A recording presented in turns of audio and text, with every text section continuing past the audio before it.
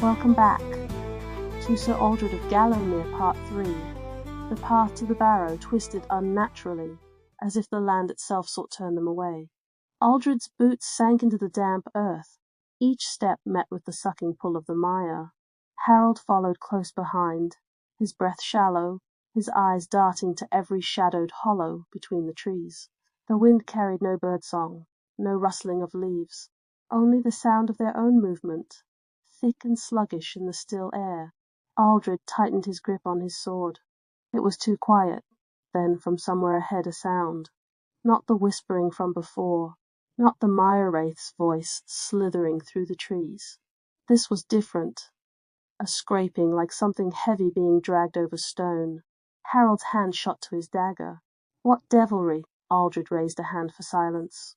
The sound grew closer. Scrape, scrape. Aldred turned his head slowly. Something was coming. Then a break in the trees, and there it stood. A man, or what had once been one.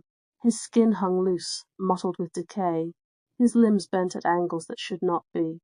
But it was his face that sent ice lancing through Aldred's veins. For he knew that face, Sir Oswin. The name left his lips before he could stop it. Harold's breath caught. Oswin? But Aldred barely heard him.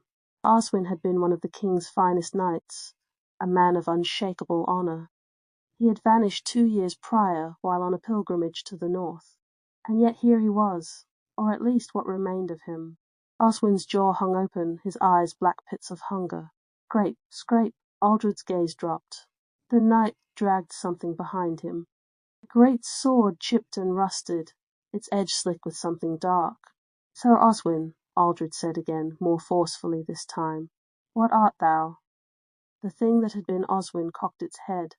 Then it moved, faster than anything that broken should be. Aldred barely raised his sword in time.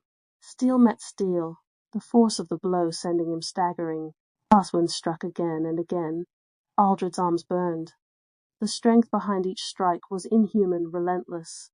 Oswin fought with the precision of a knight, and the fury of a thing that did not tire. Harold lunged, dagger flashing. The blade found purchase in Oswin's side, yet he did not flinch. Instead he turned, and Harold froze. For a moment neither moved. Then Oswin spoke. A voice like wind through hollow bones, like grave dirt slipping between fingers. Thou art unworthy, he swung. Aldred barely tackled Harold out of the way. The greatsword crashed down where the squire had stood, splitting